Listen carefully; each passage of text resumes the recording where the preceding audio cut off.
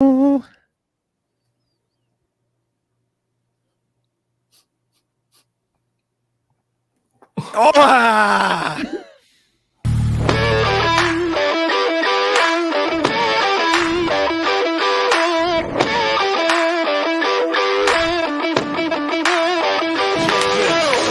Weise shoots, he scores!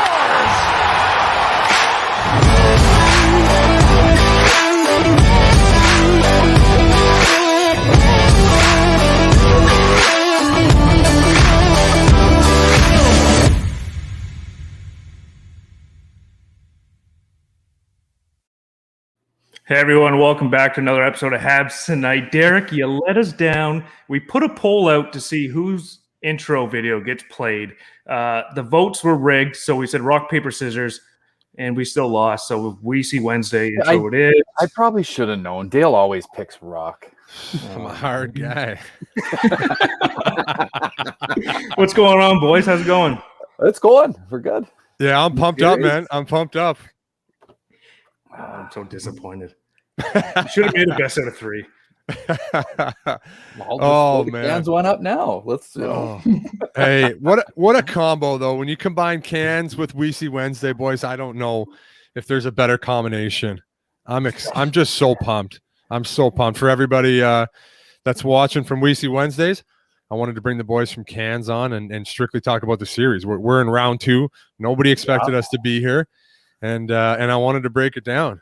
Yeah, and obviously, me and Dale have probably been getting flack because we're from Winnipeg and whatnot. But this is a big series, huge, massive, it's huge, Brando. It's crazy. Like, and when you look at it, both teams probably didn't expect to be here the way they were going into the playoffs. If anybody would have guessed, everyone's thinking, "Oh, Edmonton, Toronto," and here we are. And the thing is, too, is all year, even from the start of the year, Bergevin said it, a lot of people have said it, is Montreal's built for playoffs. And I think Winnipeg's built quite similar as well, where Edmonton, Toronto are great for regular season, the fast speed, the skill and stuff, but the game tightens up, slows down. So I am surprised. I did not think, I said Habs in 7, but that's just my bias coming in. But Montreal, Winnipeg, I didn't expect it. But then at the end of the day, when you look at the rosters, I'm not crazy surprised, if that makes sense, the way they're built. But hey, it's happening, and we are pumped up. So this is going to be a fun series. Like we said before, too, like in previous shows, right? Like Winnipeg has a top 6, top 9 that rivals anyone in the league. They're big. They're fast. I think this is going to be a really hard-hitting series. Maybe not the high scoring as, people would like to see, maybe 1 or 2 games, but I think it's going to be low 3-2, 2-1 games. Yeah, I think from a Montreal fan's perspective, and you look at the comparison between Winnipeg and Toronto, Toronto was a scary matchup because they were the beast in the north, and then they had such a good season, and you had Matthews and Marner. Could this be the year they get through there? And now you look at the Jets, their top guys, Scheifele and Wheeler, and these guys play in the hard areas. You're not gonna get to them the way that Marner and Matthews were getting flustered by the end of the series, right? I just don't see that happening. So I think we're dealing with a different beast here. And I thought Campbell was amazing for Toronto, but now you're dealing with Connor Hellebuck too, who's going to be extremely motivated after being snubbed. Oh, for sure. Snubbed. And just quickly to that Bobby Longgrass thing, producer James did say Crushin Cans will be going podcast soon. Derrick and I are fired up, but 100%. And that's the thing. Jack Campbell played unreal. It was never on his shoulders for blame. Matthews, Marner, obviously for what they're getting paid, they should have produced more. But you also have to factor in what Carey Price and Phil Deneau did to them. No, absolutely. Carey Price. Look at some of the saves he made in Game 1 on Marner. Highlight reel, and imagine he scores 2 goals in Game 1. Then he's feeling it the whole series, not where he doesn't got 1 and 2 and 3. And then, he can't turn on his phone, can't watch TV without someone telling him he hasn't scored in 20 playoff games. And you could see by the end of the series.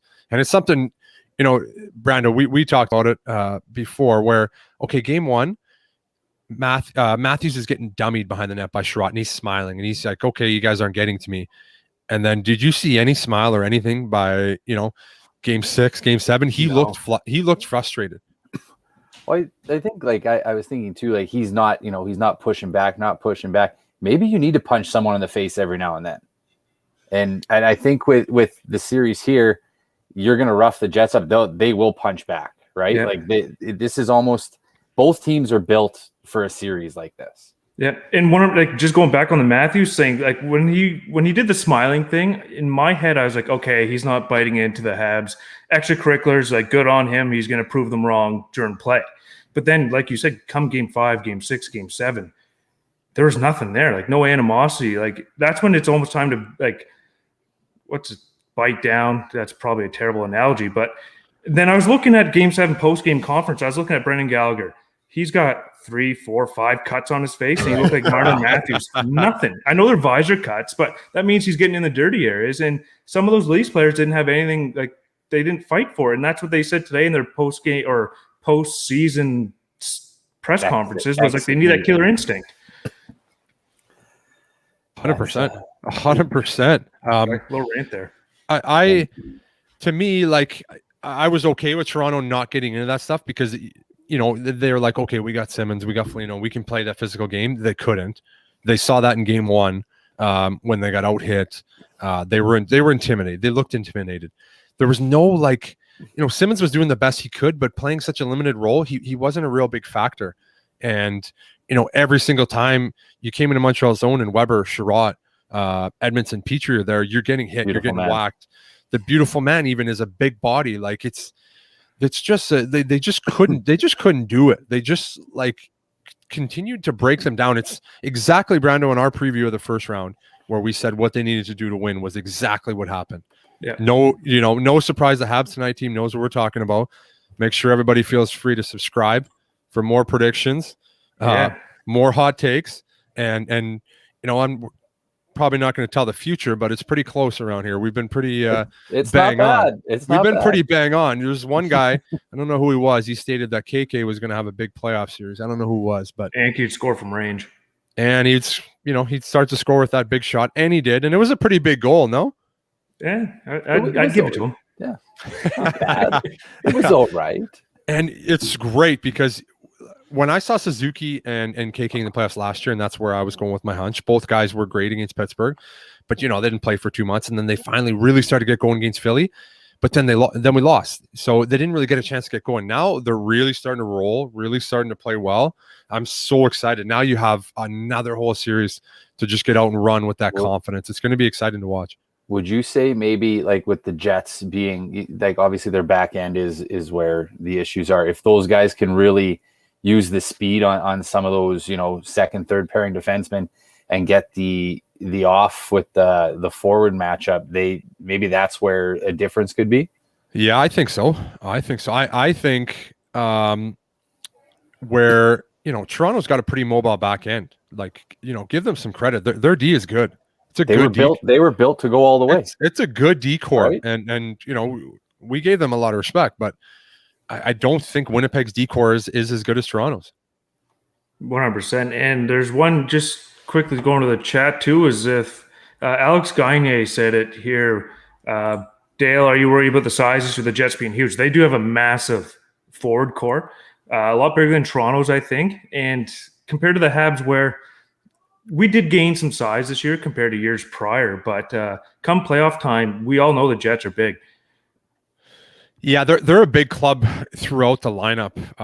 When you look at their good forwards, Wheeler, Scheifele, Dubois, Lowry, these are big bodies. Connor is so fast.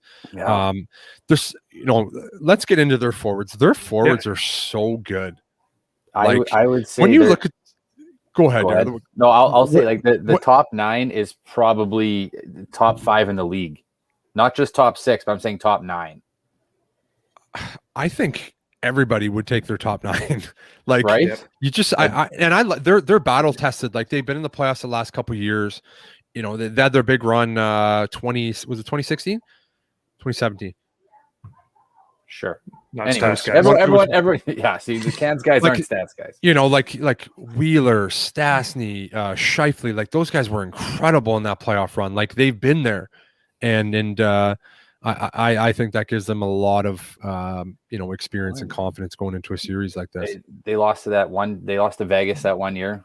Like who gave the Caps a run? They lost to the Blues, who ended up going all the way. Yeah, and that was a good series too. Yeah. So I mean, like, you could say maybe this team, they get over those two teams. They could have banners. You don't know, right? Mm-hmm. There's our fact checker, Brett. Yeah. Good for Brett from Torque Brewing. Yeah, thanks, sponsored buddy. Of Crushin Cans, even though this is Weisy Wednesday because rock paper scissors. It's cans. It's Derrick Brandon. But we got Torque in the top corner. Everybody can see that. Any of our especially people from Winnipeg, get out there, get some Torque for the series. Absolutely, they deliver, Derrick. Correct? They do deliver. Absolutely. Yeah, they deliver. You can find it at most vendors too. So if we're being non-biased here, the Winnipeg Jets, you got to give the edge to the forward group to Winnipeg. Just size alone, the top 9 is really good. And then you got Nate Thompson, ex-Hab on the 4th line, winning draws, PKer. I like the Winnipeg's forward group. I think you got to give a slight edge to the Montreal's D-core.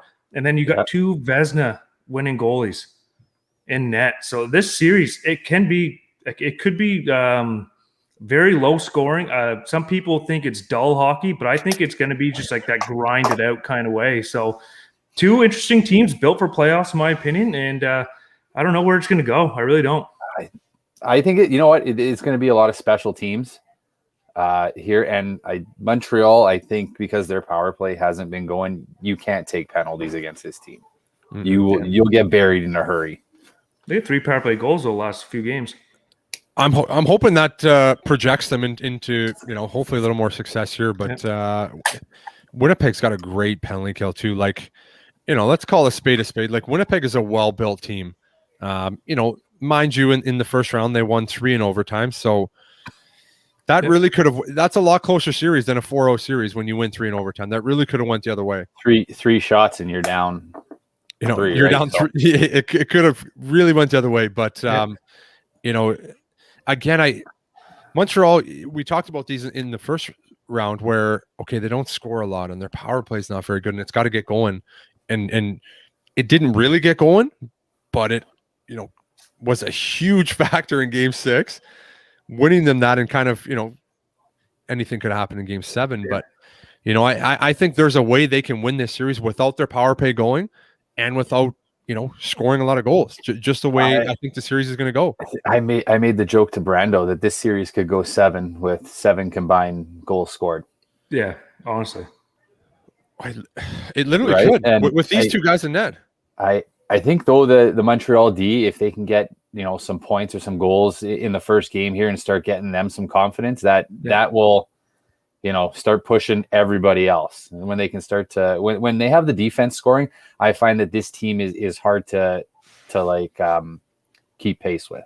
Yeah. And the beautiful man's going to get going, Brando, don't you think? He had a great game 7 too. The puck was on his stick a lot. He looked really good. I think he had a great bounce back game from where those couple goals went off his foot and stuff like that. So I thought Petrie definitely had a great game 7. Hopefully, if he's heating up, Toffoli scored in the last couple. Josh Anderson's going to be buzzing too. Galley scored. He's on the board. Suzuki, KK are going. So I like seeing these guys. It's all about peaking at the right time too. And I'm sorry, just to cut this off, I've noticed we've got a couple guests coming on the show quickly, so I want to get to them so we don't hold them too long. So we're going to bring in Jacob in first here. Jacob, how's it going, buddy? Hey, buddy, what's going on? What's up? Hey, thanks, Derrick, for having me on. Yes, sir, buddy. How you doing? Hey, you saw the intro. This isn't Cans, Jacob. This is Weisy Wednesday. Don't thank that guy. No, he's here for Cans. He's here for Cans. Yeah. Hey, I'm here for both anyways. So. How are you, buddy? How are we feeling today? I'm feeling good. I'm just waiting for the draft lottery to start. Oh, that's right. That's on Absolutely. tonight. Absolutely. What are you thinking? Who's getting the first pick? Sharks. Because I did the simulator. I got Columbus first, LA second, and Buffalo third. I would hate to see Columbus get first. I would hate that. Oh. Wouldn't you? Who do you want to see get first, Jacob? Ooh, I gotta say Buffalo because they need something. They need a pick me up. I wouldn't mind Detroit. They are seriously trash. Oh, yeah. Hey, I don't disagree. Kind of like your favorite team there, though. No. Actually, former favorite team. Oh, he's are you jumping changing ship. teams? I'm joining the dark side. Yo, yes, you Jacob, need so to. maybe tell the fans what's happened over the last 48 hours here for the ones that don't know you. So basically, I'm basically a huge Leafs fan before Monday, but once the game 7 started, it was like, oh fuck, we're Right? back to square one, aren't we? Oh I man, love that. I love your honesty, buddy. I love your honesty. That's so good. What's the first jersey you're gonna buy? I don't. For me, I would say Caulfield. Oh, not a bad one. Caulfield. Well, Maybe 22 is a pretty maybe good number, Weiss? Jacob. Yeah. How about a Weiss 22? Oh, definitely. Hey, either that or I'll take anything.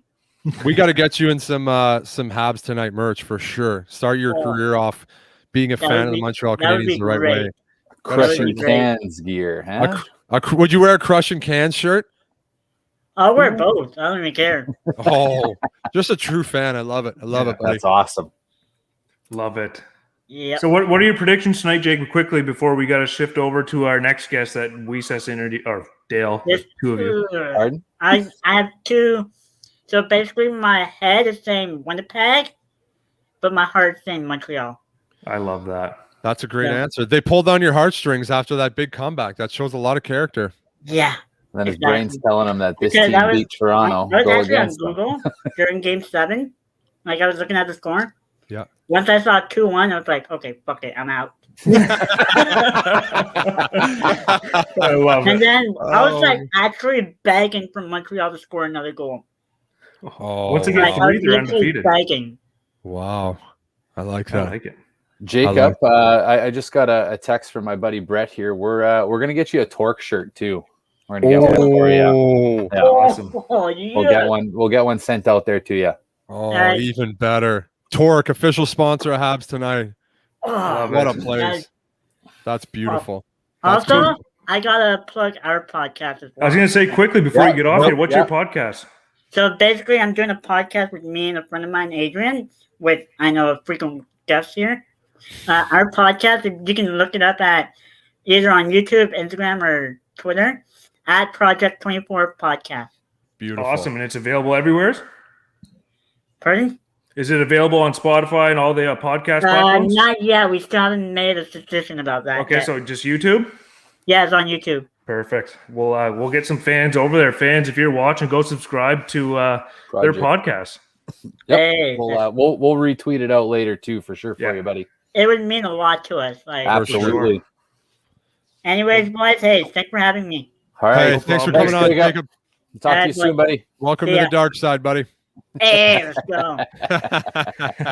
I love that. That guy's so pumped up. Oh, that's great. I think there's a lot of people that have probably switched over. Maybe not to Montreal, but they've left being a fan of Toronto for sure.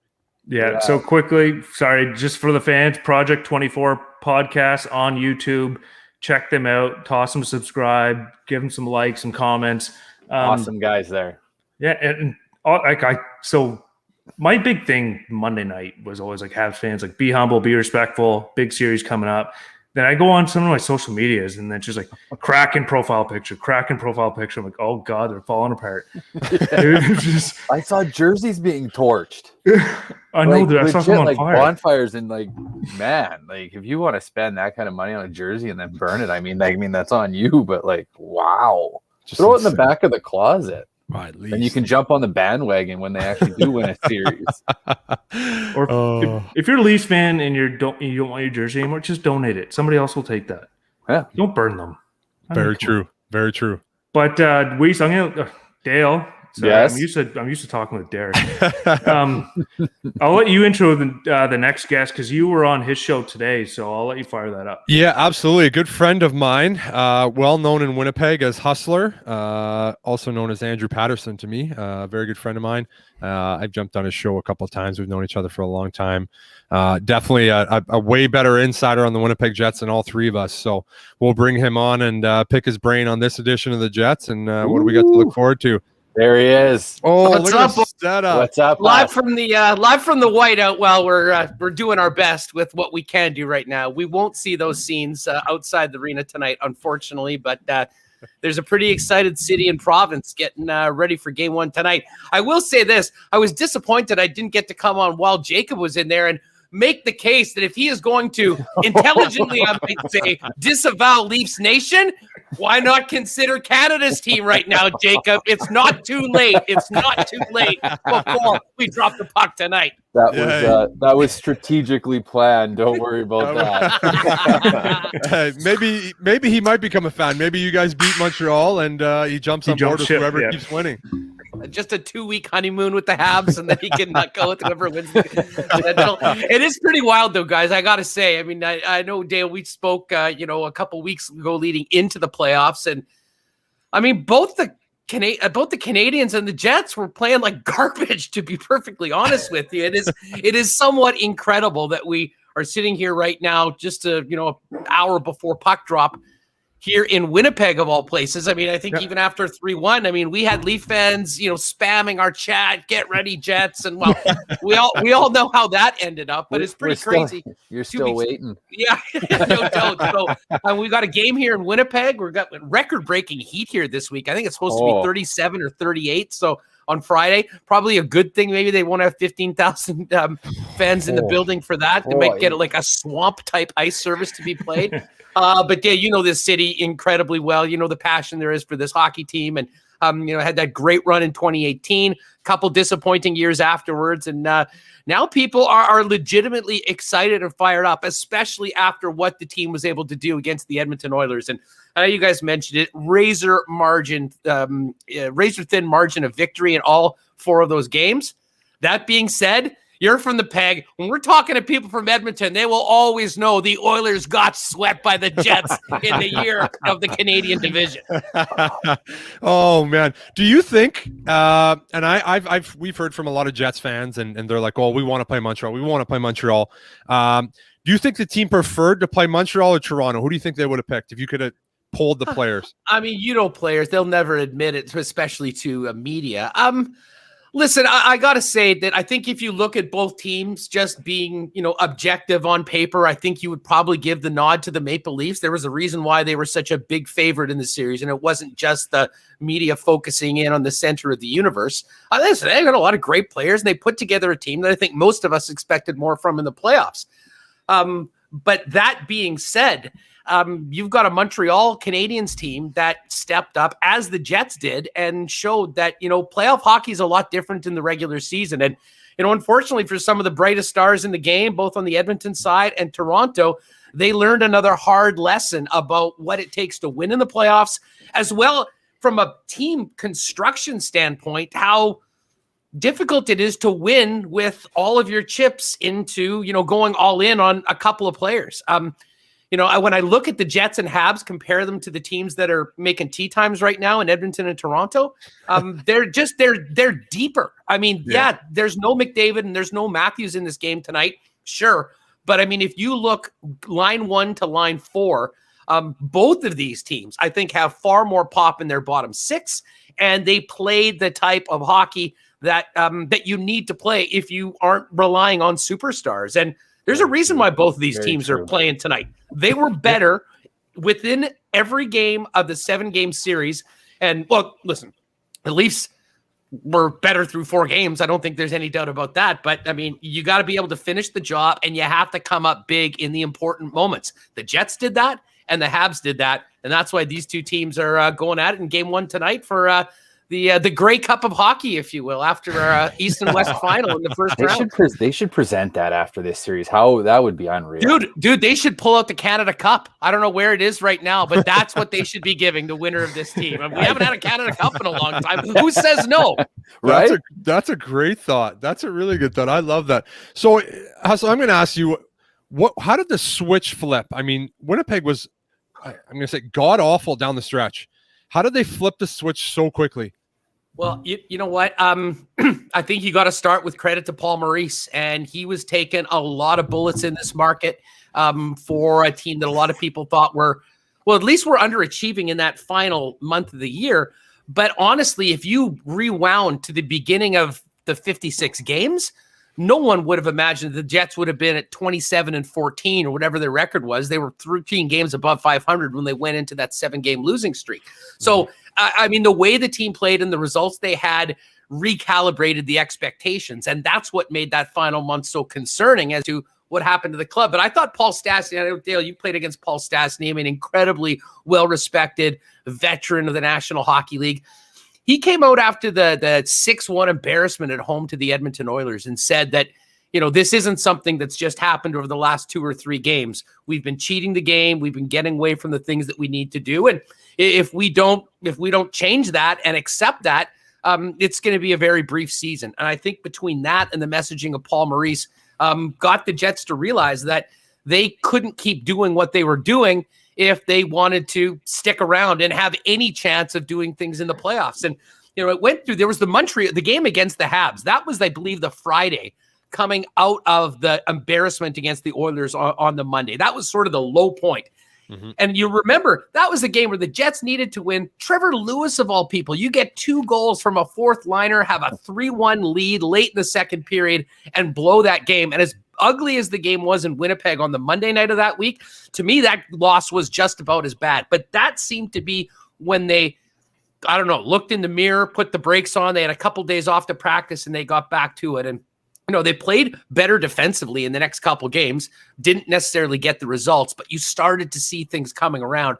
And then the final games of the season, Vancouver, Toronto, we saw an explosion from the top line, Scheifele, Connor, and Wheeler that hadn't been there for a while. And, we all know that, the Winnipeg Jets aren't the Oilers or Leafs, but you can only get so far without production from your top line, especially if they're playing the significant minutes and responsibilities that group was getting. And again, a lot of people kind of turn their eye to it like, oh, great, you blew up in game 55 of the regular season. Let's see what happens in game 1. But to their credit, Dale, I mean, they came out knowing that, listen, that line head-to-head against McDavid in the regular season got their asses handed to them. There's no other way that you can put it. I think even strength, it was 10-2 in goals, and that doesn't even count all the damage they did on the power play. So I think they had something to prove to themselves and their teammates, first of all, never mind everybody else watching, and they did it. They did it in a far better way than I think most people could have expected. And then as Ehlers and Dubois got healthy, you brought them back into the lineup,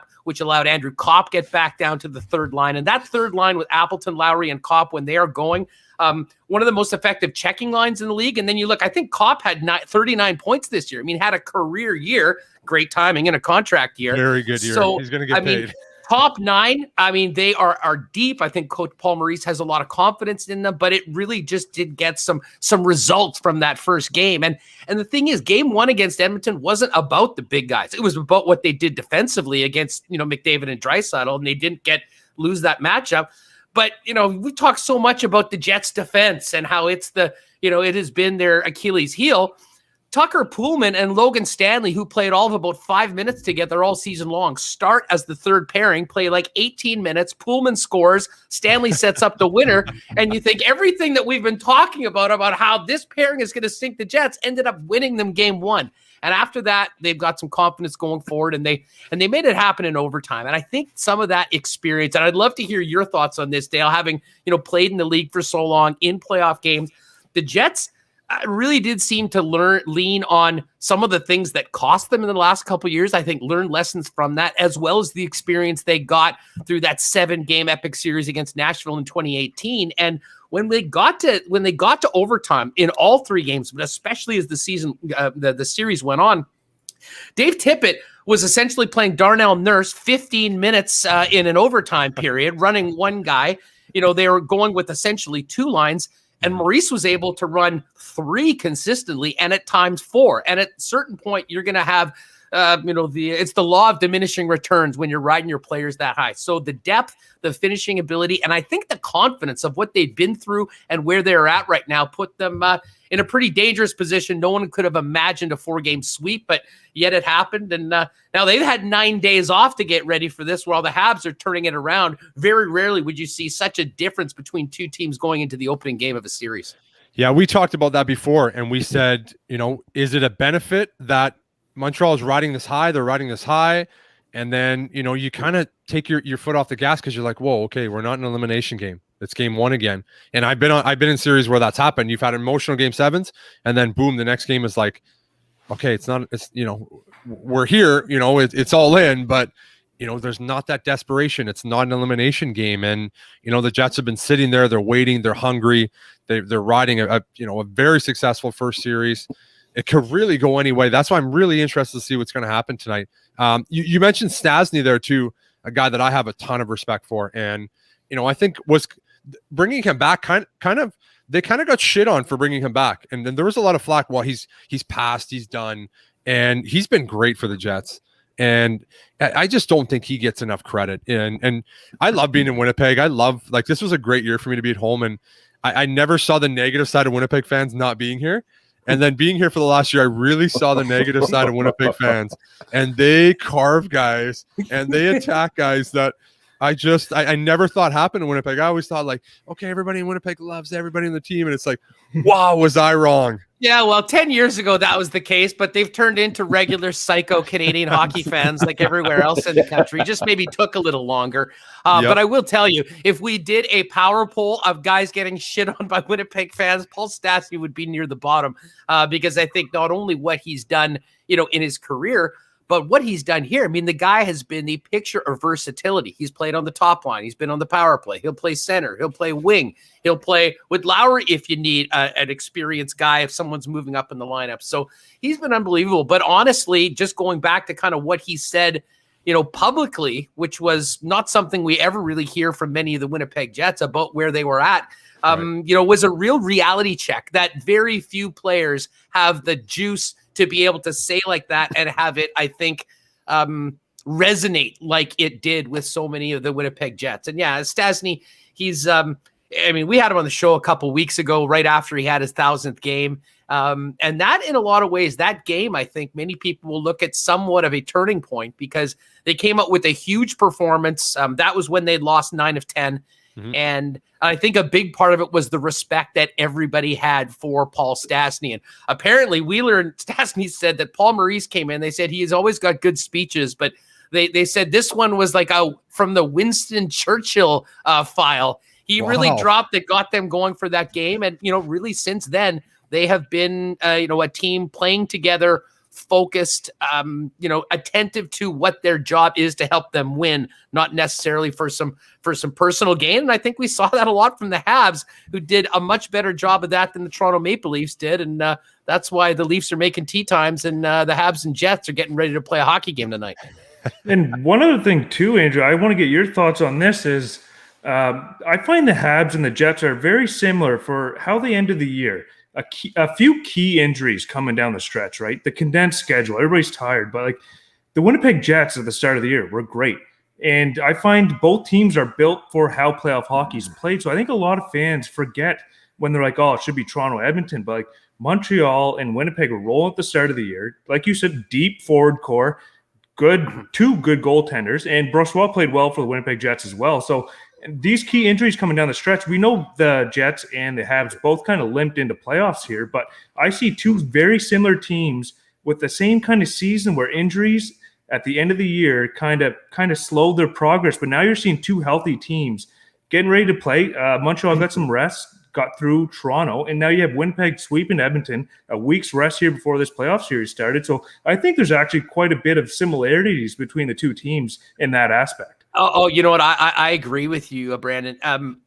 Thinking back to the way the season got going, I sort of mentioned they had that great record, and some would say that, there was maybe a little bit of smoke and mirrors at times. I mean, Hellebuck was his usual brilliant self, and maybe they had a few extra wins, but I mean, for all intents and purposes, they clinched a playoff spot with 6 weeks left in the season. And yeah. I mean, I think we assumed that with the shortness of this year, like I was absolutely stunned that there was not more drama. I mean, what the hell happened to the Calgary Flames this year? Where were they? Like, how were they not even in the conversation in the last month?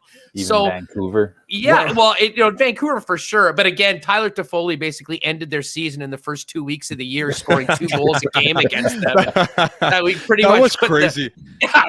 There never has a player screwed his old team the way Toffoli did And I mean, it was insane. I mean, they were playing every second night, and he was scoring 2 goals a game. And next thing you know, Vancouver's 1-6 or whatever, and they're looking ahead to next season.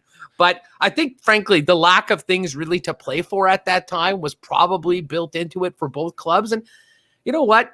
I know you guys have probably talked at end about the urgency of the Habs season, which, led to Claude Julien getting fired, which I'm still somewhat surprised that they did. But I mean, Bergevin ain't new to this. He knows what he was trying to build for a playoff team. And Kevin Cheveldayoff and Paul Maurice are right there as well. And it is so easy. And I get it. We're all victim of it. And listen, Austin Matthews had a historic season scoring goals. Connor McDavid dropped 105 in 56 games. Well, no shit, we're going to be talking about it all the time. But I'll tell you what, we've learned, and they learned the hard way, that all that great regular season glory does not mean a damn thing when you're dropping the puck in a 7-game series. And to the Jets and Habs credit, they did the things they needed to do better than their opponents, and that's why they've got the opportunity to be playing for the top dogs in Canada beginning tonight. Let's talk about that. News. Hot take there. Stastny not playing tonight. What's up with him? I'm not sure. Well, that is very surprising. He did not practice yesterday, but Coach Paul Maurice was asked about that, and he basically played it off as if he goes, "Hey, Paul Stastny's the veteran. He's 35. If he needs a break, we'll do that." Right. So, listen, Paul's there's obviously something there. There has been no reports that he was hurt or anything like that. So I don't know whether something came up in practice or. Heck, one of these weird baseball injuries where a guy, injures himself vacuuming his living room. But there's no information on it. But that's a big loss. And, if Stastny is out, you'll definitely have Ehlers and Dubois in that top line. Dubois presumably just moves back into the middle. The question will be whether do they bring Andrew Kopp up into that spot or do they keep Kopp with Lowry and Appleton and bring in Christian Vesalainen. Vesalainen played early in the series before Dubois and Ehlers got back and acquitted himself quite well in game number 1. But as you know, with deep teams, he's been a victim of numbers. And if he does get the opportunity tonight, considering the way he looked with his one opportunity in playoff hockey in Series 1, it'll be interesting to see how he is. But Paul Stastny means so much to the Jets in a lot of ways. That is a significant bit of news if, in fact, he won't be in the starting lineup tonight. Huss, with Stastny going out and knowing how the top 6 of the Jets play, that they can play the run and gun game and they can score at will. Do you think this maybe changes the game plan as them coming out, maybe not so offensive, but trying to maybe make plays off turnovers? Derek, that it's interesting because we kind of thought that might be the case because of who they're playing. If you're going from Edmonton to Toronto, I think you're pretty much following the same blueprint. Habs are a bit of a different team. I don't know whether you need to focus as much on shutting down one or two particular guys as opposed to rolling your 4 lines and getting into that momentum. The one thing I'll say, especially with these first 2 games in Winnipeg, if there's no Stastny, that potentially does maybe change some of the matchups that Coach Paul Maurice will be going at. I'm very interested to see who he prefers to have the Scheifele line against and who is the line. You'll be able to tell very quickly as to what line offensively concerns Maurice the most, because most likely that will be the line that Lowry, Kopp, and Appleton will be going up. And I guess there is the potential that you could see Kopp move up into the top 6. He has done that quite a bit this year. Matthew Perreault, for sure. And Perreault could move up and play on that line along with Lowry and Appleton. That has been the case before. And then you're potentially moving a Vesalainen or a Jansen Harkins into the 4th line. Kopp, and he had such a great season last year and has not had a chance to get into the lineup. Oh, Dominic Toninato was the other guy. Yeah, that's one who's in. Yeah. Toninato is, and that makes sense. This is a guy that did not play his first game for the Jets until game 55 of the regular season, played the final 2 games and played so well. And the coaches, I guess, from the taxi squad told Maurice, this is the guy that, you should probably be putting in. Trusted them, scores the winner in game 1. And dude, 2 weeks ago, there's not a Jet fan in this city that could have picked Dominic Toninato out of a Police lineup. And yet there he is scoring the winning goal in game number 1 and back in the lineup tonight. So that is interesting. With Toninato going in, I would expect Kopp to move up and in all likelihood, Matthew Perreault riding alongside Adam Lowry and Mason Appleton. And that's a big shakeup because the Jets have been practicing for 9 days, and that has not been part of it up until yesterday. But again, you want to win the cup, you want to win these series, you got to deal with injuries, you have to deal with adversity, and usually the team that handles it best is the one that'll be winning at the end of 7 games. I remember when Maurice was absolutely in love with Harkins. Like he's a guy he's similar to about Harkins' a story. ton. So I'm wondering, like, where did he fall out of love in the lineup, and what was kind of the relationship there, because he loved him. Yeah, no, and listen, I think they still think very, very highly of Hark. It came down to a couple things. As much as Maurice loves Harkins, he loves those gritty veterans even more. And when they brought in Trevor Lewis, who has been awesome for the Jets this year, and Nate Thompson, who a lot of people were wondering, like, how is he in the lineup over fans understand? Over Harkins. But I have to tell you, that line has been effective. They never get scored on. I mean, Maurice was putting them out in the third period and even in overtime at times in the last series. So, I mean, as much as people were sort of skeptical about it, I mean, the guys have got that opportunity and made the most of it. And unfortunately for Vesalainen and Harkins, the team, for the most part, all season long has been incredibly healthy, with the exception of those injuries you talked about, Derrick, in that final 10 games of the season or so, when Lowry was out and Ehlers was out and then Dubois was out, which gave some of those other players a chance to get in. But the biggest beneficiary of that was Toninato, because by the time all those guys got in, he really opened up some eyes and played very well at the beginning of the Edmonton series. And certainly from a Jets side of things, they'll hope that he can deliver the same sort of performance he did in game 1 tonight that he did in game 1 of round 1. Would you say, like, the Winnipeg fans are almost getting upset with Dubois after seeing what he did last year in the playoffs, and kind of what especially trading away Laine? I know we don't have enough time for that one, but but I mean what he did last year in the playoffs, and then he shit the bed the first 3 games, demanded the trade, comes here, and I don't think he's exceeded the expectations as what everyone thought he would be doing. Definitely not. Is this a sleeping giant for the Jets and maybe an X factor? So, absolutely. And especially even more so with this news of Stastny being out. I mean, this is a huge opportunity for Dubois to get back in the middle, play with Ehlers. And listen, the minute Ehlers came back, he immediately looked more dangerous. And, I kind of feel for PLD because, he got traded. He comes in for Laine. He knows full well what that meant, the reaction to the trade. And overall, it wasn't anything against Dubois. It was just that, Laine was so beloved, was such an exciting player, and there was a lot of people that never wanted to see him leave. And so with that comes a lot of pressure. And the fact of the matter is they moved him around the lineup, and, again, a little bit due to injuries that he had, never really felt comfortable, I think. And that's sort of why they moved back to having him on the wing with a little less pressure on him, and it seemed to work. But make no mistake about it. When the Jets traded for Pierre-Luc Dubois, they weren't thinking about game 38 or 40 of the regular season. They were thinking about now. They were thinking about what he did in the playoffs in the past, the way he shut down Austin Matthews and went head-to-head with those top players on Toronto.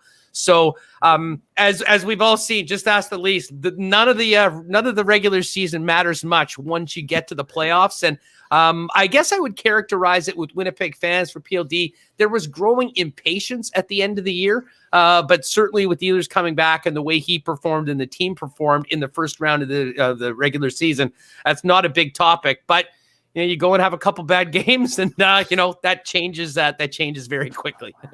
You got to figure a guy from Quebec, like, he's going to want to thrive in this situation. Like, this is like, I want to stomp on my hometown team. Like, I want to be the man. Like, you got to figure that is like, he doesn't need any other motivation, but that is just added on top. As a guy growing up in Quebec, you're playing the Montreal Canadiens in the playoffs. Like, that is just like, kid dreamed of scoring on that team, probably playing for them, but like, this is huge for him. No, it is. And he spoke about it heading into tonight's game. He said it's always special when you're in the playoffs, but it's a little bit more playing against, as a Quebec kid, playing against Les Canadiens.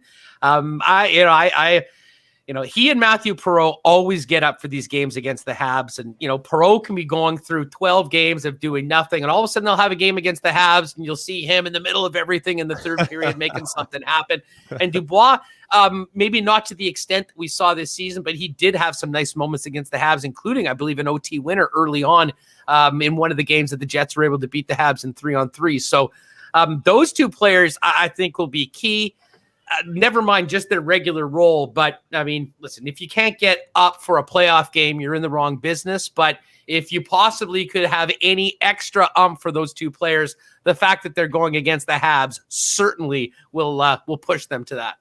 And switching it back quickly now to kind of where the Habs are, where you see a guy like Phil Deneau, you got to expect Ducharme's going to be trying to match him up against the Scheifele line as well. And Wheeler came out and said, we play against these guys all the time, the guy, the shutdown roll guys. So Montreal, per se, is another team that loves roll four lines.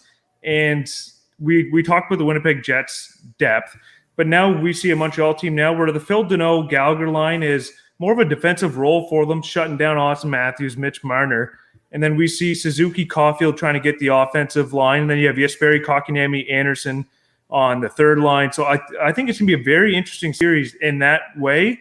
I'm really curious to see how the coaching goes in this series, because you got two coaches with very capable lines that can roll great 1 through 4, both sides. Dale and I spoke about that this afternoon in that, I think we'll learn a lot about Maurice's line of thinking right in the first period of this game. And we're after the opening puck drop. Who the Habs sending out? Who is he sending out on that?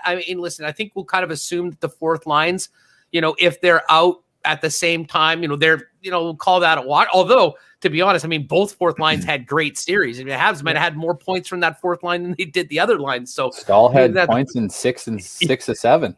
Exactly. That's not like your traditional fourth line. I think because of the time off, it wouldn't surprise me, and Maurice kind of alluded to this heading into tonight's game, that, depending on how the game goes, he might really lean on his top 3 lines for the first 10 minutes or so, to try to get them going after having 9 days off. And then, if Ducharme is confident and is always putting out his fourth line, you might see Maurice, with the fact that they've had all this rest, double up too. Exactly. Double up with the Ehlers line or with the Scheifele line in some situations away from Danault. And again, the other thing, when it comes to coaching is who do they use Adam Lowry against? Is it Caulfield and Suzuki? On paper, I kind of think that that's the most dangerous line offensively. But again, what else are they doing? Do you need to have that line, or can you handle having Dubois and Ehlers, for instance, up against those younger players and maybe take advantage of them in their own end? So, yeah, the coaching matchup is going to be fascinating, not only in these first couple games, but how things change when things get back to the Bell Center and Dominic Ducharme has his first chance for last change up against Maurice. So I'm going to put you on the spot for the last question, buddy. Prediction here. Give me your prediction on the series. You know what? I think this is going to be a really tight series. And just before I make the prediction, I think tonight is way more important for the Winnipeg Jets than it is for the Habs. If the Habs lose this game, and listen, you don't want to have a built-in excuse or anything like that. Yeah. But they just came back from being down 3-1. They know they have it in them to get back into a series. And, it's almost somewhat explainable that they might not be at 100% considering what they had. For the Jets, this is a huge opportunity. You've got 9 days off. You're completely rested. We thought 100% healthy. Maybe not the case with the Paul Stastny situation, but pretty darn close to it. And you've got a team coming in on less than 48 hours to play you in your barn. A good first period, a good start of the game, and really getting back to their game. A win. They should, I'm sure they feel that they should take advantage of this. If they don't, and if the Habs get the first win on the road, I think it's a huge advantage for Montreal. If the Jets win tonight, I think it's almost the equivalent of holding serve in tennis, in that, the other guy's going to get their chance to do it as well. So I think there's more to lose for the Jets tonight. But as I said, I think it's going to be a real tight series. I'll go with Jets in 7. I think we're in for a long one. I think we're with some close games. I bet we'll see 2 or 3 overtime games. We got 2 of the best goaltenders in the world and 2 teams, as we saw last round, that aren't afraid to make something happen in OT with 5 OT wins between the two. So I think it's going to be great. I know some of the broadcasters are missing Austin Matthews and Connor McDavid, but don't worry about it. The teams that deserve to be here are, and we'll see the first chapter of, I expect, 7 great games tonight in downtown Winnipeg. Oh, I love that, buddy. And where can everybody find you if we got some Montreal fans that want to listen to some Jets content? Oh, yeah. Hook us up every day. We're live at 1 o'clock Central, so I guess that's 2 p.m. Eastern on Winnipeg Sports Talk is the YouTube channel. Just, when you're here on YouTube, just put in Winnipeg Sports Talk, give us a sub. And, we go live every day at 1 o'clock in Winnipeg, 2 o'clock Eastern for a couple hours. You can also find it on every podcast feed. We'll probably be doing some game day stuff for weekend games as well. But daily, we're there during hockey season, after hockey season, and continuing through into the summer, into next year. We just hope that the summer in Winnipeg doesn't come in the next 2 weeks, and maybe we'll have some more hockey. But all I know is it's always special when the Jets play the Habs. We, as you guys would know, have, I believe, the biggest French community in Canada outside of Quebec and St. Boniface. The games when the Habs come are always wild. So we won't have that same atmosphere on the streets, but we know people are ready for it. And you know what? I said this before. You want to be the champions of Canada? You want to be the man? Beat the man. The Habs have more cups than everyone. The Leafs haven't won a damn thing. So listen, Winnipeg, if you want to do it, you got to go through Carey Price and the Montreal Canadiens. What could be better than that? Oh, I love it, buddy. Well said, man. Thank you so much. I really appreciate you coming on. Dude, you guys, my pleasure. Enjoy the series. Shout out to all the Habs fans. Let's enjoy it because there's only 2 cities in Canada that still have hockey right now, and Edmonton and Toronto are not included. I love it. Thanks so much, buddy. Thank you. Later, boys. Thank you, Andrew. Later, buddy. Man, that was awesome. And that's one thing we haven't had as much on this channel is a perspective. And obviously, we're biased on our side. He's biased there. Exactly. Right? And he makes valid points as well. Like, it's not just like he's seeing roses all the time, like rose-colored glasses. Like, he made valid points. Oh, we got to see, as some Habs fans, I find we get tunnel vision sometimes. We don't know what's going on. And he provided some great input and some great points. So I enjoyed having him on the show. Well, especially if you guys can, subscribe to his channel too. He's got players on all the time too. Players. He had Paul Maurice on there. Buffalo, Seattle, final 2. Sorry, I said Seattle's going to get first, but anyway, my bad. Keep going. He's got an awesome channel there. They're a lot of the guys that used to be on TSN 1290. They all went there. Him and Remus. Good for Buffalo. Thanks, Jacob. Thanks, Jacob. And you know what I mean. And it's just like this, right? Like, it's positive. It's always going. A lot of interaction there with super chats. It's good. So check it out, guys. Yeah, he's a guy that I love. Like I said, everybody knows, and that's kind of why I started the channel. I hate regular media, and he's not in that category at all. Like, he gets valid points. If a guy's struggling, he'll tell you why, but then he'll almost finish it with a positive. But he can do this, blah blah blah. And I have so much. I love that guy. It's just great. Such a great take on media. Sorry, I got sidetracked with Ian Paterson there. He fires me up. But quickly, like you said too, like, you can criticize some people, but also like fill it in with the positive as well. Like, you don't have to shit on guys. Like, people forget, like, the Habs night team, like, we're used to hanging out with you now, Dale, and it's like, these guys are real people too. Like, outside of hockey, who cares what they get paid? Like, they're human beings. Like, absolutely, Christ. And that's why I've always said, like, be humble, especially if you're a fan, because they can come back and bite you real quick. And I think that's why I enjoyed having Hustler on, Andrew. How many Toronto fans got in here and oh, nice. Buffalo, Seattle, Anaheim, 2. Oh, New Jersey, Columbus. Where's Sharks? Anaheim. They got some that's right, Dale. prospects. Anaheim's coming up. I don't know if they are. I don't know. I watched them this year, man. It's going to be a while before they come up. Oh, it's gonna be 5-7 years, but I do like where they're kind of. It's a big shift after the Getzlaf Perry era, per se. Oh, for sure. When they had so much success, their teams were so good for so long. All of those teams, San Jose, I was gonna say the Western LA, Road Trip.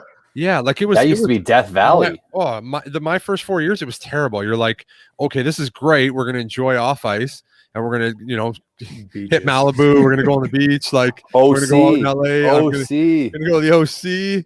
I'm gonna go to Beverly Hills, but I'm gonna probably go 0-3. But it's not like that. The past couple of years, it hasn't been. It's a feeding ground for guys like Connor McDavid to go down there. He's like, well, I'm gonna go play 3 games and have 10 points. You're gonna spend more. I just remember being there because of taxes. As a Habs fan, like a few years ago, it was back when you were playing, it was like, okay, the Habs are going to California playing the 3 California teams. I'm like, oh, for Christ's sake. Here we go again. It's like 0-3. Like you said, it was Death Valley, Derek. It was nuts. Mm-hmm. Oh, I hate it. I like, as bad as it sounds, like, and I'm a huge Sharks fan, but I think they're the last one to come up. It'll be the Ducks, the Kings, and then the Sharks will come up whenever they get there. Absolutely.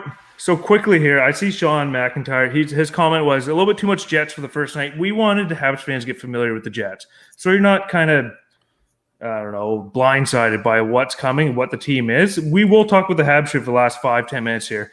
One thing I did like was Jake Evans on that line with Galley and Danault. Jake Evans is rolling right now. And Galley, go ahead. My bad. Yeah, no, that was it was interesting to me. A guy who hasn't, in his short time in the NHL, he hasn't moved off that fourth line. He hasn't got the opportunity to. So, what an opportunity you'll get to play with those 2 guys. A lot of responsibility, and I thought he handled it great. Yeah. Derek, you were saying something too? Yeah, no, Galley and 20 bomb. Jared. There you go, buddy. Jets fan, we'll take it. Appreciate that, Jared. Good man. There you go. Jared actually went to school with me and Dale. Sean, if you'd love to come on the show, buddy, we'd love to talk to you right now. But you know what, and bringing Evans up, him and Galley, that's another 1-2 punch. I think that can go off where I think it's going to be hard to line match there. So, and those 2 guys will go through a wall for you too, right? So, and I think this is a series too where Corey Perry is going to get in some people's heads. Yeah, like these young guys with Hellbuck. Yeah, and these young guys are not going to know what to do. Like he is just going to give the old whack here, whack there, and maybe draw some penalties. I think he will be a big factor in this series again. Let's touch quickly on Claire there. She said if Lehkonen comes back, who are we taking out? Oh, I don't. And this has been, we've said it a couple times this year already, is this is the first time in a while where the Habs actually now, like speaking about one is Romanov. That's one guy. Caulfield, Kotkaniemi at the start. Where do they fit in? And now you have Lehkonen, a guy that fans absolutely love. I love how he plays. He's like a Gallagher with the heart and the motor. Can't score as much as Galley, but I don't think he gets put in a situation to score as much as Galley. We just know he's unlucky. I'll say that way. Right. I'm not shitting on him 100%. Love his heart, love his defensive skill. Yep. But right now in the team, you got 3 wins in a row right now. You don't want to kind of mess with that chemistry they got going. But I don't know where would you put him in, Dale? If you, it's tough. Like I think they can interchange. It's so hard. And again, I'm a huge Lecky fan too. But you just look at the lineup the way it was playing, and everyone's like, before the series, why is Eric Stahl in? Well, Derek, as a stat guy there, literally just told us he had six points in 7 games, and he was effective in some games. Like him and Perry, like they don't have the legs that they used to, but they're so effective. They don't need to skate as fast, and they're finishing checks. And sorry, boys, couldn't feel my legs. It's fucking cold down here. Oh, it's getting you putting you on the hot seat. We're gonna put you on the hot seat right now, there. We're are you throwing Lehkonen back in the lineup if he's healthy, and who would you take out? I mean, when he was in though, like that line was going right. It was really going, and okay, you're all gonna shoot me. Oh, so be it. I know what you're gonna say. I know exactly what you're gonna say. Unless he does something, and I think it's gonna be an issue playing shit on him. This big team. I think Twos is coming out of the lineup. See, my thing is, sorry, Dale, go ahead. No, go ahead, Brandon. I was going to say the one scenario I could see is the amount of games they played and so few, and I know he did well last series. Let's say Stahl kind of sputters out of the gate here. You drop Evans back down, Lecky goes up on that wing. That's the only scenario I see. that makes kind of sense to me. That's interesting. Yeah, and again, I like both sides. But if he isn't scoring and that's what he does, and everybody else continues to play well, and I don't know, man. He could get run out of the series. I'm not saying this is the Boston Bruins in the 1970s, but it's going to be a hard series. It's low scoring, and it's gonna be physical too. A lot more physical than Toronto. I don't want to shit on guys. Like I really don't. No, that's just simple. That's a lineup thing. I don't think that's shitting on anybody. But I mean, like there was plays where like he heard footsteps in the first round and he just got rid of it instead of where you hear the statement, take a hit to make a play. It wasn't there. So I mean, okay, Jerry's crushing a gallon. I think it's a good comment, Derek. I think for him, I'm not trying to shit on the guy, but I think that's the odd. It makes man sense. out here. It's a great point. Like you counterpointed mine, and it makes a lot of sense. It really does. This is a big team. Fast, physical team, right? But quickly too, when I was one of them, Dale, we had them both in before the series against Toronto started. Was Romanov, and then come Game 4, Game 5, you said you can't throw him in the fire now. Right. And one comparable I was thinking of when I watched that series was Sandin is a highly touted D prospect for Toronto, and he got absolutely ripped on for those 2 or 3 costly mistakes he made. Could you imagine if that was Romanov, his confidence or what the fan base would be doing to him? Oh, it'd be just crucifixion. Exactly, 100%. And that's kind of the mindset that I was thinking. It's like if this guy comes in, you shatter a guy, like you don't know, like that could be it. Like mentally, it's you could shatter a kid. So now you're early in a series again. You lose the first game tonight, and it's not a good performance. Boom, now's a good chance to get him in. Game 2, he's coming in. He's coming in. I think if they lose tonight, I honestly. Unless one of those third pairing guys does something crazy, I honestly think he's coming in Game 2. Like they're just waiting for an opportunity. And in 4 or 5, like 5, 6, it would have been too much for him. So, not in a bad sense, just that you're not putting him in a situation to succeed. So, yeah, I think he gets in this series, and people are going to like what he does. Well, boys, we're. Prediction time here because puck drops very soon. We're cutting into puck drop time here in the next 7 minutes. So we're gonna put you on the hot seat. You're in the perfect. It's your show. Your intro. Yeah, perfect, your guys. show. We had my intro. We're on Weisy Wednesdays. Sponsored by Torque Brewing. Sponsored by Torque Brewing. No big deal. Weisy Wednesdays. Shout out. I'm gonna go. I think Winnipeg. I think Montreal's gonna win tonight, and I honestly think this series is going to go 6 games, and I think Montreal wins in 6. Brandon. You had me in the first half there. Not gonna anyway, no, I'll take it here. I think it's going to be a low-scoring, heavy series. Power plays are going to be the difference, and Habs in 6. Ooh, Brando. I think it's what you guys said. I think it's gonna be low scoring, tight hockey. I think it's gonna be Habs in 7. I think it goes 7. These two teams are built similar. Yes, I am. I did it last game. It was 3 games to 1 for Toronto. I told Derek I was dying on the sword, and I survived. You did. But hey, also fans, regardless, after the game, post-game show tonight, Habs Tonight YouTube channel. If you don't subscribe, please click the subscribe button. If you're new to the channel, give it a like, follow Habs Tonight on all social medias. It's going to be a fun series. Let's not forget, I think the man here is doing intermissions. I will be on, quickly. I'll be on Instagram Live. So be sure to jump on there, guys. We'll talk intermissions. We'll have some fun. Brando, you want to jump on for the second intermission? Me, you, and Dale? Sure. Let's do it. All right. 3 of us will be on for the second intermission. It'll be on the Habs Tonight account, guys. Habs Tonight Instagram.